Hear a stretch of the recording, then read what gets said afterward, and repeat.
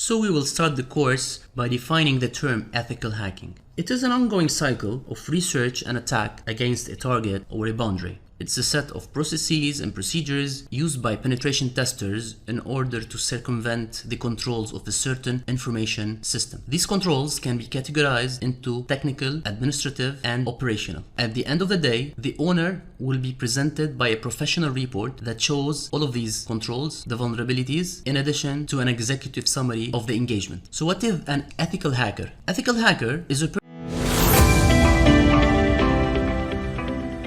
person who can access the system on behalf of its owner after getting a written consent. It's very important here to obtain the consent. The objective of ethical hacking or penetration testing is to make the world a safer place. It's a real-world audit in order to reveal our security posture. We have different types of hackers. We have the white hackers, the black hackers, and the gray hackers. The white hat hackers are actually the penetration testers that we will refer to during our course. We're the good guys. A white hat hacker will have access to the system on behalf of its owner in order to test it and reveal the security weaknesses it has. Meanwhile, black hat will access the system without a consent from the user, without a permission from the user to perform some hidden agenda. Meanwhile, gray hackers, they lie in between. They usually access systems without permission, but they don't have some hidden agenda. They just do this for their own benefit. The name of the game is to identify vulnerabilities in the system